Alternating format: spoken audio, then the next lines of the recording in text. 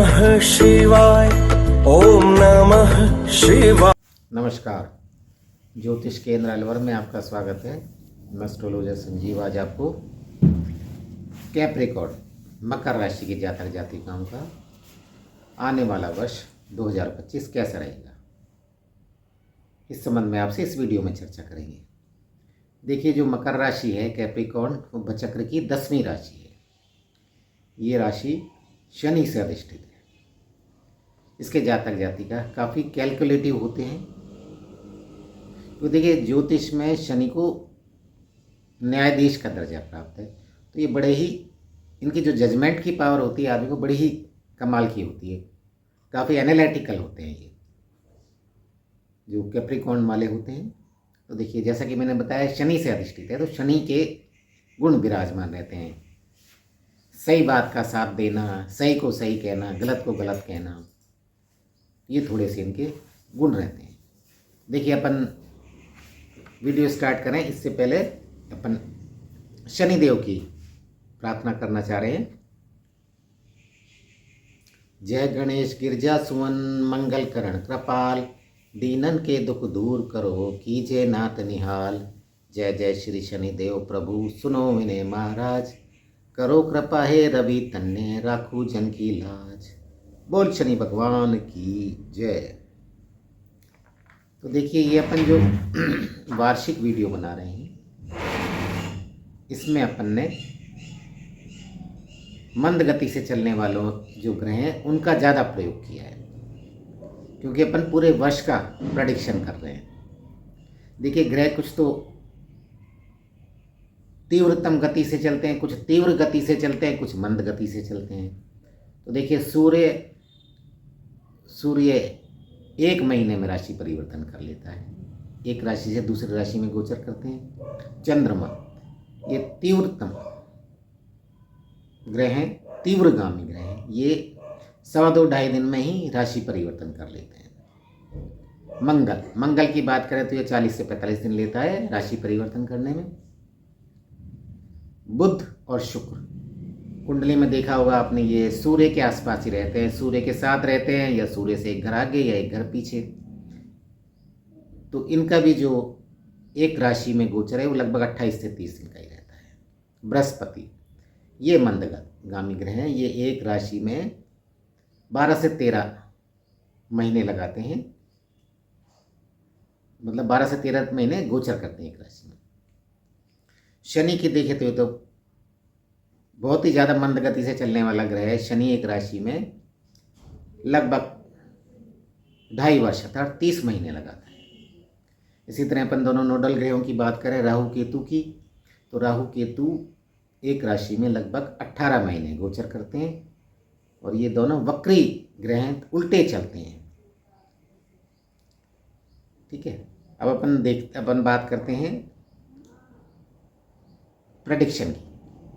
देखिए, अपन सबसे पहले ग्रहों के गोचर देखेंगे, मंद गति से चलने वाले ग्रहों का। गुरु की अपन बात करते हैं। देखिए, गुरु 14 मई 2025 तक आपके पंचम भाव में गोचर करेंगे। वहाँ से इनकी बृहस्पति की दृष्टि आपके 9वें भाव, एकादश भाव और लगन पे रहेगी। तो देखिए, 14 मई तक जो बृहस्पति का गोचर है बड़ा ही अनुकूल गोचर है आपके लिए। और 14 मई 2025 के बाद बृहस्पति आपके 6ठे भाव में आ जाएंगे। वहाँ से इनकी दृष्टि आपके 10वें भाव पे रहेगी, द्वादश भाव पे रहेगी और द्वितीय भाव पे रहेगी। तो देखिए, अपन देखें तो गुरु का गोचर ये पूरे ही वर्ष 14 मई से पहले तो इनकी दृष्टि आपकी आय भाव पे, एकादश भाव पे रहेगी, और 14 मई के बाद इनकी दृष्टि आपकी धन भाव पे रहेगी। तो मतलब पूरे ही वर्ष आप पे गुरु की वर्षा होती रहेगी। गुरु की जो दृष्टि है वो अमृत समान है, तो गुरु आप पे कृपा बरसाए रखेगा। इसी प्रकार अपन शनि की बात करें। देखिए, शनि 29 मार्च तक आपके दूसरे भाव में गोचर कर रहे हैं। वहाँ से इनकी दृष्टि आपके चतुर्थ भाव, अष्टम भाव और एकादश भाव पर रहेगी। और 29 मार्च के बाद शनि आपके तृतीय भाव में आ जाएंगे। तो देखिए, त्रिशदाय भाव में आ जाएगा शनि, तो बड़ा ही अच्छा गोचर है 29 मार्च के बाद। जो नौकरी के कारक जो शनि है उनका, वहाँ से इसकी दृष्टि रहेगी आपके पंचम भाव, 9वें भाव और द्वादश भाव पे। इसी तरह अपन राहु को देखें तो राहु मई तक तो आपके तीसरे भाव में गोचर करेंगे। मई के बाद ये आ जाएंगे आपके दूसरे भाव पे, क्योंकि ये वक्री चलते हैं। इसी प्रकार केतु को देखें तो केतु मई तक आपके नवम भाव में गोचर करेंगे और वहाँ से ये आपके मई के बाद अष्टम भाव में आ जाएंगे। चलिए अब हम देखते हैं, अब अपन ने जो जो पॉइंट्स कवर किए हैं। अपन ने किया है पहले प्रोफेशन,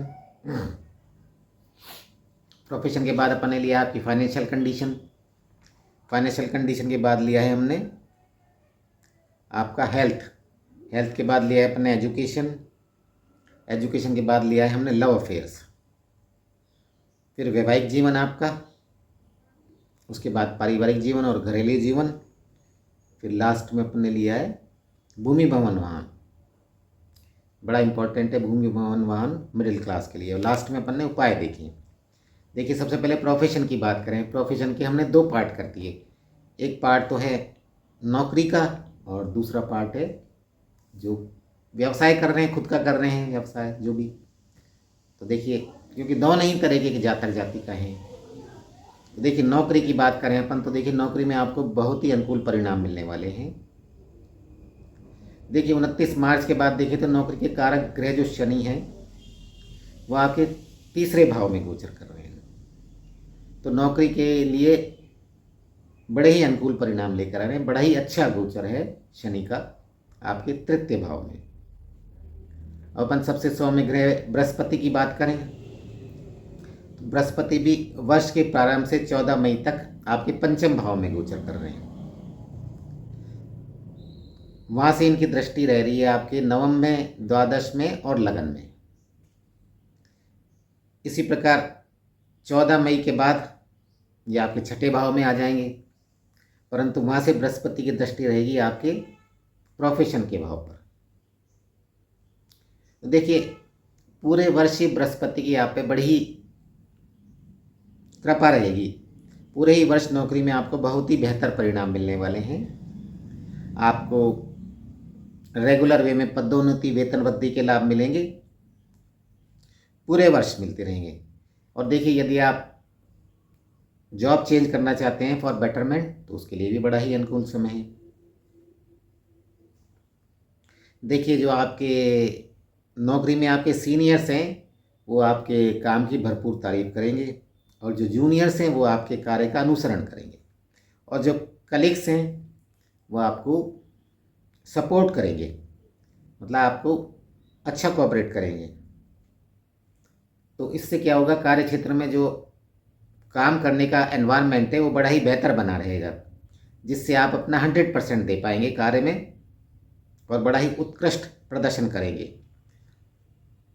14 मई के पश्चात देखें तो आपको थोड़ी अधिक मेहनत करनी पड़ सकती है, क्योंकि देखिए शनि ये बृहस्पति आ जाएगा आपके छठे भाव में। छठा भाव नौकरी का भाव है और कंपटीशन का भाव है।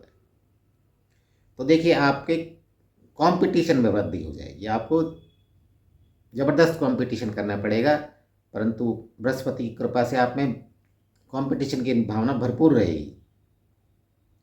देखिए मई के बाद देखें तो राहु भी आपके दूसरे भाव में आ जाएगा। दूसरा भाव वाणी का भी भाव है, तो वाणी कठोर कर सकता है राहु आपकी। तो देखिए आपकी वाणी कठोर हो जाएगी तो हो सकता है आप जो आपके सीनियर्स हैं उनसे आप थोड़ी कठोर भाषा में बात कर लें, या आपके कलीग से आप थोड़ा सा अच्छी भाषा में बात ना करें तो उसका बड़ा ही नेगेटिव इफेक्ट पड़ेगा। तो देखिए आप थोड़ा सा केयरफुल रहें और वाणी पर नियंत्रण रखें और राहु को अपने पर हावी ना होने दें, क्योंकि राहु क्या है, केयर फ्री बनाता है। राहु के प्रभाव में आ गए तो वो आपको काम ही नहीं करने देगा, आप तो मैं ही सब कुछ हूँ ऐसा आपके मन में ख्याल रहेगा। आप नेग्लिजेंसी बरतेंगे तो वो आपको फिर नुकसानदेह हो जाएगी। थोड़ा सा बी केयरफुल। अब व्यापार की बात करें, देखिए व्यापार में भी आपको पूरे वर्ष बड़े ही बेहतर परिणाम मिलने वाले हैं। 29 मार्च तक तो शनि आपके दूसरे भाव में गोचर कर रहे हैं। तो देखिए वहाँ तब आपको थोड़ी बहुत परेशानी झेलनी पड़ सकती है, आपकी जो कार्य क्षमता में भी कमी आ सकती है, क्योंकि शनि देखो आलस्य देता है। ये शनि का एक बैड इफेक्ट है। तो आप कार्य क्षमता को घटाएगा। परंतु 29 मार्च के बाद शनि आपके तीसरे भाव में आ जाएगा। तीसरा भाव है पराक्रम और साहस का। तो आपने पराक्रम और साहस का जो भाव है ज़बरदस्त कूट कूट के भर जाएगा आप में, और आप व्यापार में सक्रिय हो जाएंगे, एक्टिव और एनर्जेटिक बने रहेंगे, जिससे आपको व्यापार में सकारात्मक परिणाम मिलेंगे। 14 मई तक बृहस्पति पंचम भाव में गोचर कर रहे हैं, बड़ा ही अनुकूल गोचर है। तो व्यापार में आपको बृहस्पति की भरपूर सफलता दिलाएगा। 14 मई के बाद बृहस्पति आपके छठे भाव में चले जाएंगे, तब आपको थोड़ी सी अधिक मेहनत करनी पड़ सकती है। लेकिन देखिए, गुरु के दशम भाव पर दृष्टि के कारण आपको व्यापार में बहुत ही पूरे वर्ष अनुकूल परिणाम मिलेंगे। अब अपन बात करते हैं आपकी आर्थिक स्थिति की, फाइनेंशियल कंडीशन।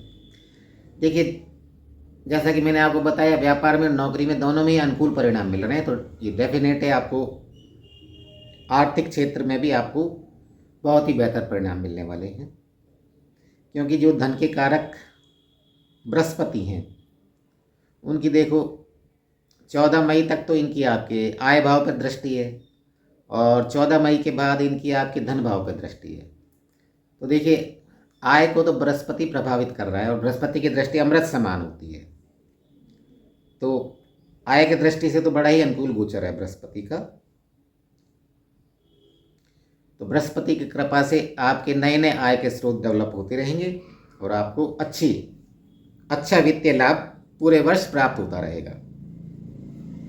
14 मई के बाद बृहस्पति आपके छठे भाव में चले जाएंगे। छठा भाव में बृहस्पति के जाना त्रिक भाव है, 6, 8, 12 को त्रिक भाव कहते हैं। तो यहाँ सौम्य ग्रह आ जाते हैं तो कमज़ोर हो जाते हैं। परंतु देखिए, बृहस्पति की दृष्टि तो अमृत समान है, वहाँ से भी बृहस्पति आपके धन भाव को, दूसरे भाव को प्रभावित कर रहा है, और आपके प्रोफेशन को प्रभावित कर रहा है। तो देखिए, जो आपने 14 मई से पहले जो आपने पैसा कमाया है, तो वो जो बचत करी है, उस बचत को बनाए रखने में बृहस्पति सफल होगा। और आप जो भी कर्म करेंगे, कर्म अनुसार आपको आय होगी, और उससे आपको भरपूर बचत होगी।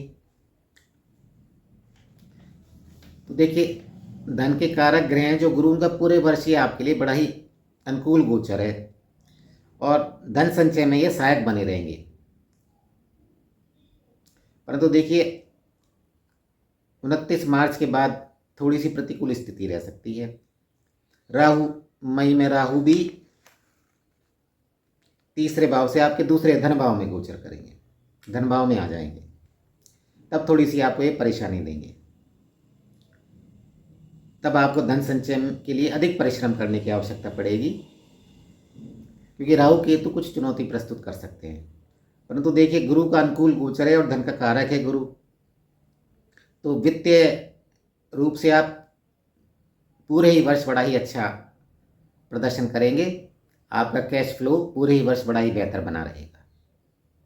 अब अपन हेल्थ की बात करें तो देखिए, हेल्थ में भी आपको काफ़ी उत्तम परिणाम मिलने वाले हैं।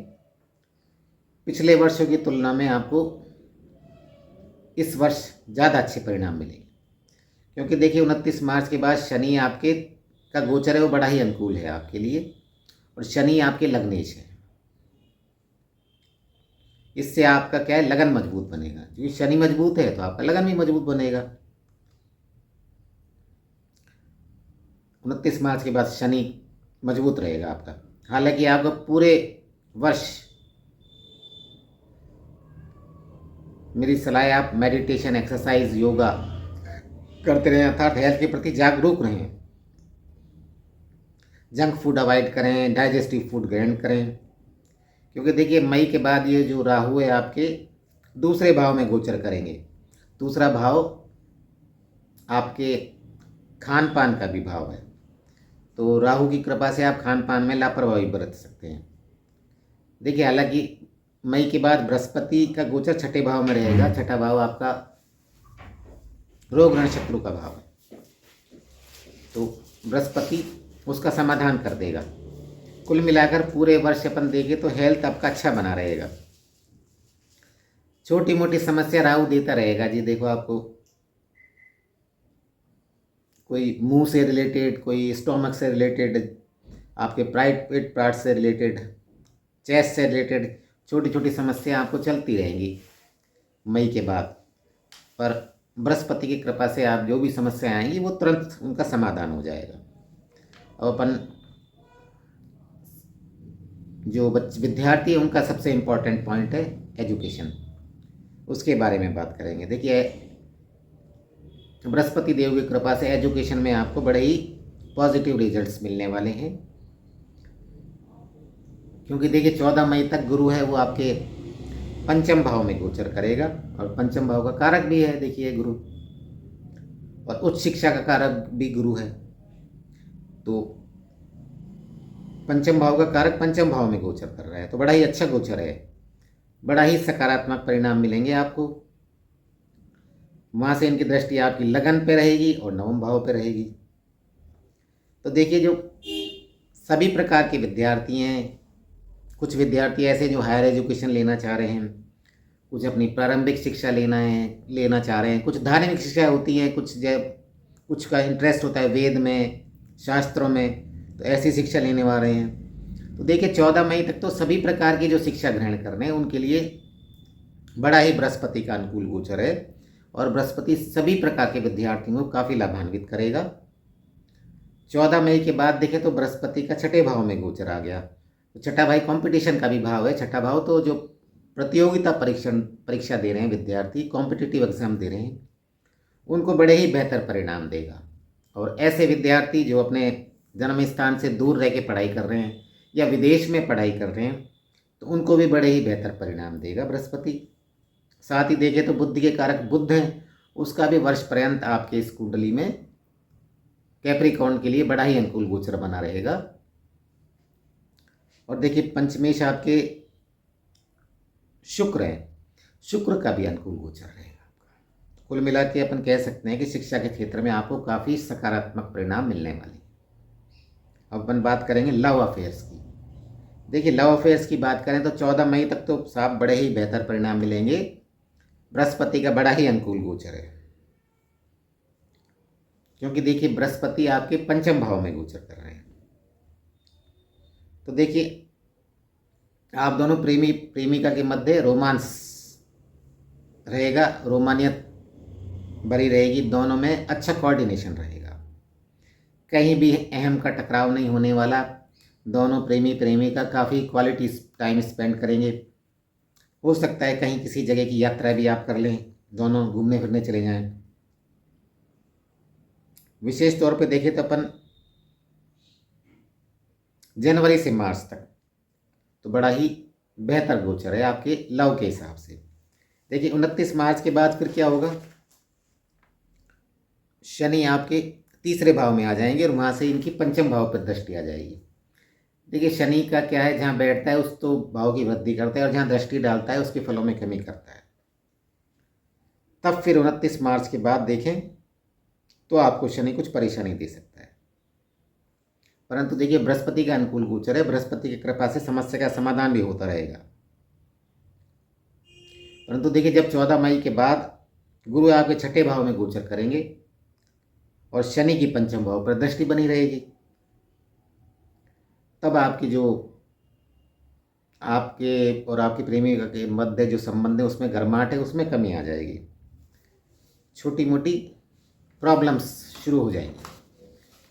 दोनों में किसी बात को लेके बहस हो सकती है, अहम का टकराव हो सकता है, ऐसी कुछ नेगेटिविटी जन्म ले सकती है जो रिश्तों में प्रॉब्लम क्रिएट कर देगी। अतः देखिए सबसे बढ़िया बात तो यह है कि आप एरोगेंट ना बने, क्योंकि देखिए शनि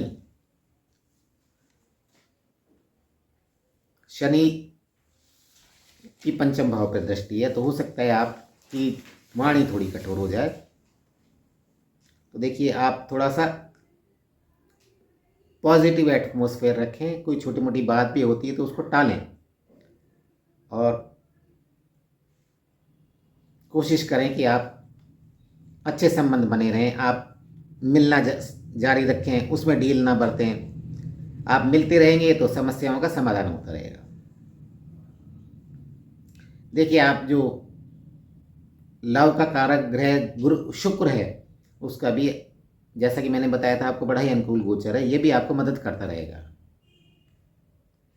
तो देखिए, आप जैसे संतुलित दृष्टिकोण अपनाएंगे और कोऑर्डिनेशन बना के रखेंगे दोनों में, प्रेमी प्रेमिका, तो मुझे नहीं लगता कि आपको प्रेम में ज़्यादा कोई प्रॉब्लम आएगी। पर थोड़ा सा आपको सावधान तो रहना ही पड़ेगा। वैवाहिक जीवन के बारे में बात करें, देखिए कैप्रिकॉर्न वाले बहुत सारे जातक जातिकाएं जिनकी विवाह योग उम्र हो गई है और सीरियसली विवाह करना चाह रहे हैं। तो देखिए, विवाह की उम्र है, तो देखिए 14 मई तक का जो विवाह का कारक है बृहस्पति, उसका बड़ा ही अनुकूल गोचर है, क्योंकि देखिए 5वें भाव में गोचर कर रहे हैं। तो जो आपका विवाह करना चाह रहे हैं तो बृहस्पति की कृपा से आपको भरपूर लाभ मिलेगा। मतलब बृहस्पति आपका लव को भी विवाह में बदल देगा। जो भी विवाह योग्य हैं जातक जातिका, उनके लिए काफ़ी अनुकूल परिणाम लेकर आएगा 14 मई तक। 14 मई के बाद थोड़ी बहुत परेशानी आ सकती है। देखिए, हालांकि देखें तो 29 मार्च के बाद शनि तीसरे भाव में आ जाएंगे, वहाँ से पंचम भाव पर दृष्टि डालेंगे। तो शनि थोड़ा सा आपको, पंचम भाव पर दृष्टि डाल रहा है, शनि थोड़ा सा परेशान कर सकता है। लेकिन 14 मई तक बृहस्पति की कृपा बनी रहेगी, काफ़ी बेहतर परिणाम मिलेंगे आपको वैवाहिक जीवन में।